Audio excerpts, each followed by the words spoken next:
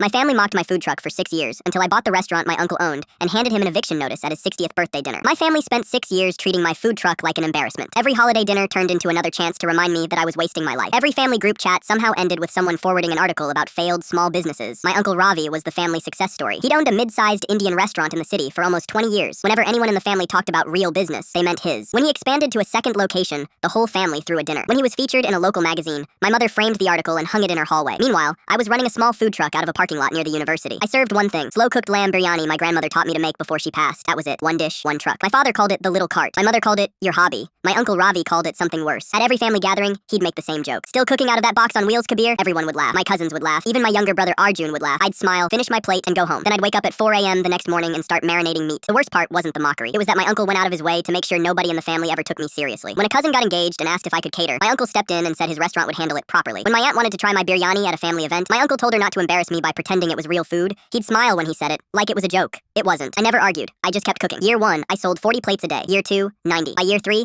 there was a line down the sidewalk every lunch. By year 4, food bloggers started showing up. By year 5, I had 3 trucks. By year 6, I had 6 trucks, a ghost kitchen, and a catering arm that was booking 6 months in advance. I never posted about any of it. I never told my family. I still drove the same beat-up Civic. I still lived in the same one-bedroom above a laundromat. Whenever my mother asked how the truck was going, I said, still slow, but I'm managing. Then something happened that I didn't plan for. My uncle's restaurant started struggling. The second location closed. His main location was losing money. He'd taken out loans against the building to keep it running. I only found out because my brother Arjun mentioned it in passing. I did some quiet research. The building his restaurant was in had gone up for sale 6 months earlier. The bank was preparing to foreclose on his lease. Nobody in the family knew. He'd been hiding it. So I bought the building. I paid cash. I signed the paperwork on a Thursday. I told nobody. 2 weeks later, my uncle turned 60. The family threw him a huge dinner at his own restaurant. Nearly 50 people. My mother made a speech about how proud she was of her brother. My father toasted him. My cousins gave gifts. My uncle stood up in the middle of the room, glass in hand, and said, 20 years of hard work. That's what a real business looks like. Not everyone in this family understands that. He looked directly at me when he said it. A few people laughed. My mother nudged me under the table like I should just take it. I stood up. Actually, Uncle Ravi, I brought you a gift, too. The room went quiet. I walked over and handed him an envelope. He opened it, still smiling. His smile disappeared halfway through the first page. His face went pale. He looked up at me. He couldn't speak. My aunt leaned over his shoulder to read it and gasped. My father asked what it was. My uncle didn't answer, so I did. That's the deed to this building. I bought it last month, and that second document is a 30-day notice to vacate. You've been 3 months behind on lease payments to the previous owner. I'm not renewing. Silence. Real silence. The kind where you can hear the ice melting in people's glasses. My mother stared at me. My father set his fork down. My uncle's hand was shaking. Then my brother Arjun started laughing. Not at me. At them. He looked at our parents and said, you spent 6 years calling him a joke. He just bought the building you're standing in. Nobody spoke. My uncle sat down slowly. My mother tried to say something and stopped. My father wouldn't look at me. I put my chair back under the table, thanked my aunt for hosting, and walked out. He called me the next morning, asked if we could work something out, asked if I'd consider partnering with him, asked if family didn't mean something. I told him the eviction still stood. I never raised my voice. I never brought up a single joke he'd made. I didn't need to. The birthday dinner had already said everything I'd waited 6 years to say.